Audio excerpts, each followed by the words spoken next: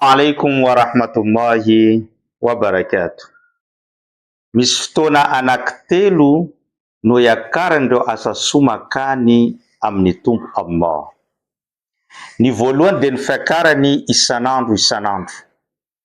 Ny faharoa dia ny fiakarany isan-kerinandro ary ny fahatelo dia ny fiakarany isan-taona. Ilay fiakarany isan'andro isan'andro dia isaky ny vita salat fajr amin'ny maraina sy ny vita salatul maghrib amin'ny hariva. Zay indrindra na tonga ny mpaminany sallallahu alaihi wasallam tsy nitsahatra mamaky ireo adhkar, ireo tonombavaka maro samihafa, ary nanentana antsika mpino islamy ihany koa mba hamaky anazy ireo maraina intelo ary ny hariva intelo, satria tia ny mpaminany eo amin'ny mpamakinana izany tonombavaka izany antsika, dia tonga ireo anjely maka ny asa soantsika mitondra azy makany amin'ny Tompo Allah subhanahu wa ta'ala. Ny fotoana faharoa dia ny fiakarany asa soa isan-kerinandro.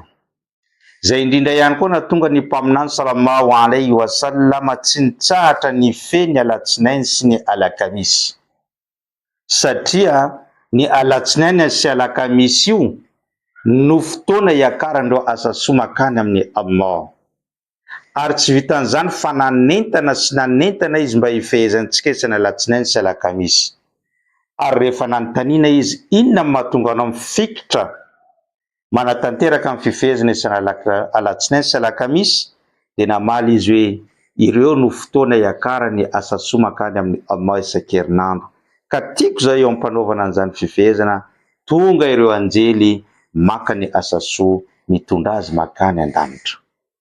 Ny fotoana iakarany asa soa isan-taona kosa dia isaky ny volana Sha'bany izay misy antsika ankehitriny. Zay indrindra ihany koa na tonga ny mpaminany sallallahu alaihi wasallam tsy nitsahatra ary manao fifehezana imbetsaka mandritra ny volana Sha'bany. Kely ihany no tsy hifehezany mandritra an'izany volana Sha'bany, indrindra ny 12 andro voalohany amin'ny ity volana Sha'bany ity. Zay na tonga ny Usama ibn Zaid zay notantaraintsika amin'ny hadisy dia gaga izy ka nanontany ny mpaminany, ory mpaminany, fa maninona anao hitako mifehy mimbetsaka amin'ity volana Sha'bany ity? Dia namaly mpaminany sallallahu alaihi wasallam, satria ity volana ity no tsy niavon'olona adinidin'ny olona, nefa izy no volana iakarandreo asa soa makany amin'ny Allah. Ka tiako zao ihany koa eo ampanatanterahana zany fifehezana zany, tonga ireo anjely maka ny asako mitondra azy any an-danitra amin'ny tompony izao tontolo izao. Ka repino Islam, misy ny fiakarany asa soa isan'andro, isan-kerinandro ary isan-taona.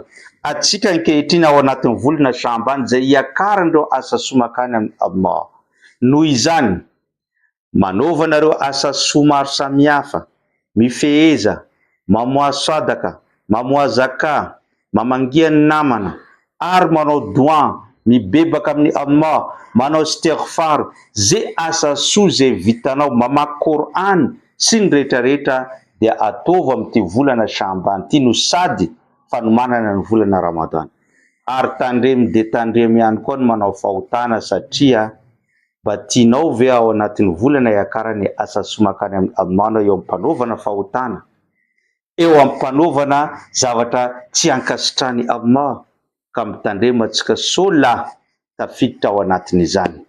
Fampatsiahivana no nataontsika androany, ka miangavy antsika aparitao betsaka ity video ity mba azahoan'ny hafa tombony ihany koa. Wassalamu alaikum wa rahmatullahi wa barakatuh.